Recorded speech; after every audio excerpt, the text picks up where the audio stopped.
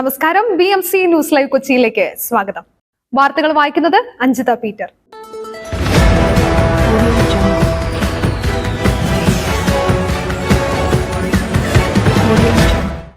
ഈ വാർത്തകൾ നിങ്ങൾക്കായി അവതരിപ്പിക്കുന്നത് Cochin Kalabhavan Angamaly franchise, powered by he life Thottakattukara, Joshmall Mookkannoor, cleanser, BMC film production and Nazareth villas.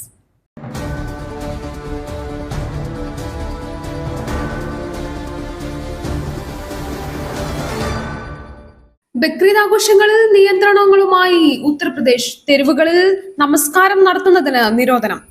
Bakrid ആഘോഷങ്ങളിൽ കർശന നിർദ്ദേശങ്ങളുമായി ഉത്തർപ്രദേശ് മുഖ്യമന്ത്രി യോഗി ആദിത്യനാഥ് തെരുവുകളിൽ നമസ്കാരം നടത്തുന്നതിന് നിരോധനം ഏർപ്പെടുത്തി. അനുമതിയില്ലാത്ത സ്ഥലങ്ങളിൽ മൃഗങ്ങളെ കശാപ്പ് നടത്തുന്നതിനും നിരോധനമുണ്ട്.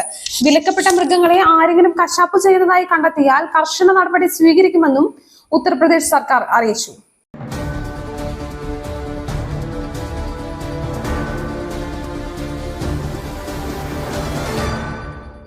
ഡോക്ടർ RLV രാമകൃഷ്ണനെ അധിക്ഷേപിച്ച കേസ് സത്യഭാമയ്ക്ക് ജാമ്യം. ഡോക്ടർ RLV രാമകൃഷ്ണനെ അധിക്ഷേപിച്ച കേസിൽ നർത്തകി സത്യഭാമയ്ക്ക് ജാമ്യം അനുവദിച്ചു. നെടുമങ്ങാട് SSC/ST കോടതിയാണ് ജാമ്യം നൽകിയത്. പോലീസ് ആവശ്യപ്പെടുന്ന മുറയ്ക്ക് അന്വേഷണ ഉദ്യോഗസ്ഥന്റെ മുന്നിൽ ഹാജരാകണം. സമാന കുറ്റകൃത്യം ആവർത്തിക്കരുത്. പരാതിക്കാരനെ സ്വാധീനിക്കാൻ ശ്രമിക്കരുത്. 50,000 രൂപയുടെ 2 ആൾജാമ്യം എന്നീ ഉപാധികളോടെയാണ് ജാമ്യം അനുവദിച്ചിരിക്കുന്നത്.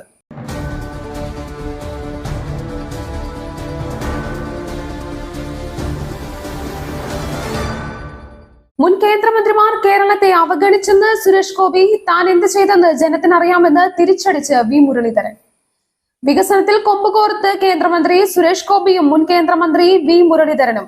K കരുണാകരൻ കേന്ദ്രമന്ത്രിയായിരുന്നപ്പോൾ നടത്തിയ വികസനം പിന്നീട് ആരും നടത്തിയിട്ടില്ലെന്ന് സുരേഷ് ഗോപി പറഞ്ഞതാണ് ചർച്ചകൾക്ക് ഇടയാക്കിയത്. എന്നാൽ താൻ എന്ത് ചെയ്തുവെന്ന് ജനങ്ങൾക്ക് അറിയാമെന്ന് V മുരളീധരൻ തിരിച്ചടിച്ചു.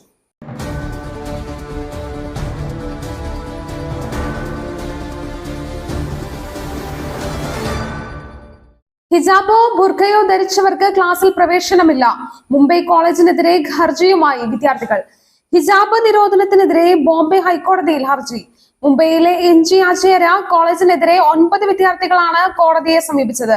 മതപരമായ സൂചനകളുള്ള വസ്ത്രങ്ങൾ പാടില്ല എന്നായിരുന്നു കോളേജ് അധികൃതരുടെ നിർദ്ദേശം. ഹിജാബോ ബുർഖയോ ധരിച്ചു വരുന്നവർ വസ്ത്രം മാറ്റി ക്ലാസ്സിലേക്ക് പ്രവേശിക്കാവൂ എന്ന തീരുമാനം ഈ അധ്യയന വർഷം മുതൽ കർശനമായി നടപ്പാക്കുമെന്ന് വിദ്യാർത്ഥികളെ അറിയിക്കുകയായിരുന്നു. മൗലികാവകാശത്തെയും മതപരമായ സ്വാതന്ത്ര്യത്തെയും ഹനിക്കുന്നതാണ് സർക്കുലർ എന്ന് സൂചിപ്പിച്ചാണ് ഹർജി. ചൊവ്വാഴ്ച കോടതി ഹർജി പരിഗണിക്കും.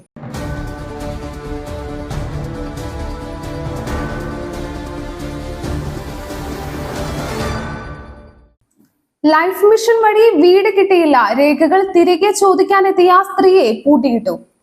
കാസർഗോഡ് മൊഗ്രാൽ പുത്തൂർ പഞ്ചായത്തിലെത്തിയ സ്ത്രീയെ പൂട്ടിയിട്ടു.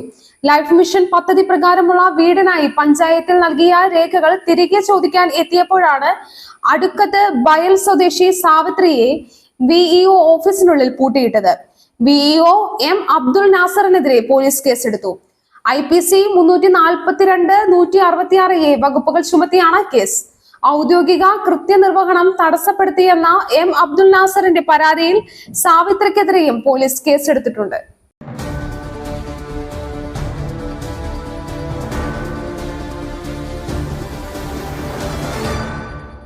പലസ്തീന് ഐക്യദാർഢ്യം പ്രഖ്യാപിച്ച് ലോക കേരള സഭ പ്രമേയം.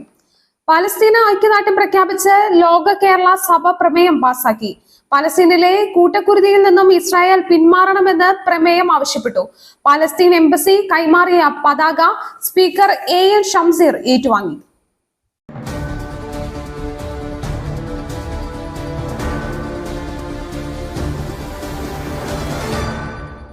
നാടിന്റെ ഐക്യത്തിന്റെ മുഖം എന്റെ ഐഡന്റിറ്റിയുടെ മുഖമാണ്. അതിന്മേൽ ആഞ്ഞുവെട്ടാനാണ് CPIM ശ്രമിച്ചത്. ഷാഫി പറമ്പിൽ. കാഫിർ പോസ്റ്റ് വിവാദത്തിൽ പോലീസ് കള്ളക്കളി നടത്തുകയാണെന്ന് ഷാഫി പറമ്പിൽ. നാടിനെ ഭിന്നിപ്പിക്കാൻ നടത്തിയ ഹീനശ്രമം വ്യാജമാണ് എന്ന് കോടതിയിൽ തന്നെ തെളിഞ്ഞു. നാടിന്റെ ഐക്യത്തിന്റെ മുഖം തന്നെ ഐഡന്റിറ്റിയുടെ മുഖമാണ്. ആ ഐക്യത്തിന് മേൽ ആഞ്ഞുവെട്ടാനാണ് CPIM ശ്രമിച്ചത്. പ്രതികൾ ആരാണെന്ന് പോലീസിനും CPIM-നും അറിയാം. വർഗീയവാദി എന്ന ചാപ്പ തന്റെ മേലിൽ വീടില്ല. സൈബർ സംഘങ്ങളെ ആവശ്യമുള്ളപ്പോൾ CPIM വെള്ളം ഒഴിച്ച് തലോടി വളർത്തി വലുതാക്കും. കുഴപ്പമുണ്ടാകുമെന്ന് അറിയുമ്പോൾ അതിനെ തള്ളിപ്പറയും. വ്യാജ സ്ക്രീൻഷോട്ട് പ്രചരിപ്പിച്ചവർ മാപ്പ് പറയണമെന്നും ഷാഫി പറഞ്ഞു.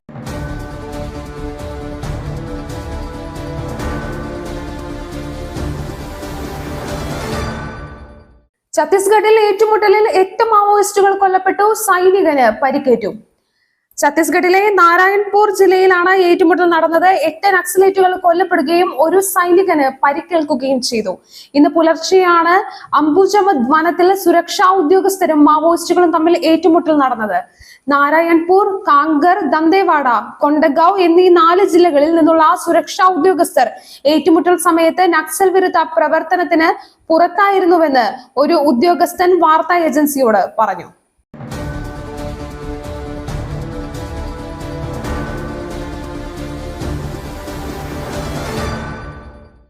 പെരിഞ്ഞനത്ത് ലോറി ബൈക്കിലിടിച്ച് 48-കാരന് ദാരുണാന്ത്യം. തൃശൂർ പെരിഞ്ഞനത്ത് ടോറസ് ലോറി ബൈക്കിലിടിച്ച് 48-കാരന് ദാരുണാന്ത്യം. പെരിഞ്ഞനം വെസ്റ്റ് ഓണപ്പറമ്പ് സ്വദേശി പള്ളിയാശ്ശേരി വീട്ടിൽ പ്രിയനാണ് മരിച്ചത്. ഇന്ന് രാവിലെ 10:45ഓടെയായിരുന്നു അപകടം. ഭാര്യയെ പെരിഞ്ഞനം സെന്ററിൽ ഇറക്കിയ ശേഷം പ്രിയൻ ബൈക്കിൽ എതിർദിശയിലേക്ക് കടക്കുന്നതിനിടെ 3 പീടിക ഭാഗത്തു നിന്ന് വന്ന ടോറസ് ലോറി ഇടിക്കുകയായിരുന്നു. ലോറി ദേഹത്തു കൂടി കയറി തൽക്ഷണം മരിച്ചു. മൃതദേഹം കൊടുങ്ങല്ലൂർ താലൂക്ക് ആശുപത്രിയിലേക്ക് മാറ്റി.